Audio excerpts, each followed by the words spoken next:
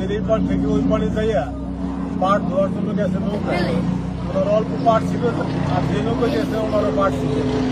উনি বলছে যে আমার পাট ধোয়া হয়ে গেছে, আমি সাঁতরে পার হয়ে চলে যাই। তো সাঁতরে পার হয়ে চলে যাওয়ার সময় উনি নদীর 1/3 পার হওয়ার পর উনি ওই পানিতে ডুবে যায়।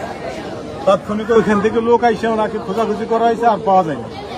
এরপর আমরা ফায়ার সার্ভিস খবর দিছি, তারা আসছে, দুবারে আসছে। আমরা প্রায় 3 কিলোমিটার নদীর আধা আধি ধরে একবারে খুঁজছি, পাইনি রাস্তা। আজকে সকালে আবার বের হয়েছি যে দেখি কোথাও ভাসমান অবস্থা আছে কিনা, এভাবে তো পাওয়া যায়। তাই বাউনডাঙ্গা বাজার আসার পরে এক লোক বললো, চার দোকানদার, যে ওইখানে বাউনডাঙ্গা খালি করে একটা লাশ পাওয়া গেছে। এই আমরা এখানে আসছি, এসে দেখে আমার ইচ্ছা থাকে। তার পাট ধোয়া হয়ে গেছে। ঘটনাস্থলে যারা ছিল তারা বলছে যে আপনি তো পরে যান। বলছে যে আমি সাঁতরায় চলে যেতে পারবো, সাঁতরায় চলে যেতে পারবো। এর মধ্যেই চলে আসছে।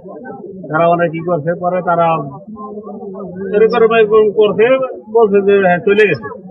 কতক্ষণ পরে এর ভিতরে আর একজন ছিল, একটু মুরব্বী, সে বলছে যে সঠিক গেছে কিনা, যা খোঁজ নিত।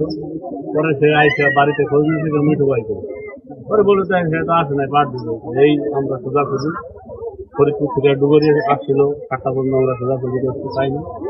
সকালে আমরা আমাদের পরে বেরিয়েছি।